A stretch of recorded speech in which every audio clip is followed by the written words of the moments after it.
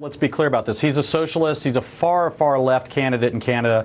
He's the Bernie Sanders of Canada, as a matter of fact. What he said about the tax rates is not the only thing that wasn't true in what he said.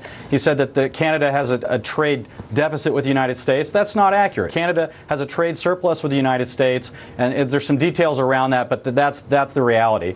And we're still looking for fair and free trade. That's what President Trump's negotiating. That's what he wants. Let's take an example. If you look at the lumber, timber industry in Canada, it's actually owned by the provincial governments of Canada. So they subsidize it to protect the jobs in Canada. It's not a free and fair trade situation, and that's one of their largest exports, and that's a perfect example of what they're doing. And if you look at another example on it, they have a supply management system that falsely creates higher prices in Canada for things like poultry and eggs and milk, and then it puts high tariffs on any exports coming in. So there's a lot of areas where Canada is simply not practicing free trade, and then they're protected by NAFTA, and they want to keep it that way. And of course, President Trump is going to negotiate for us a much better deal, and I think we will get a better deal on this.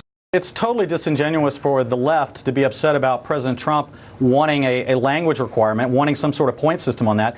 Look, to compete globally and certainly to compete in the United States, you need to be able to speak the language. We're a high-tech society. We're moving more in that direction every day.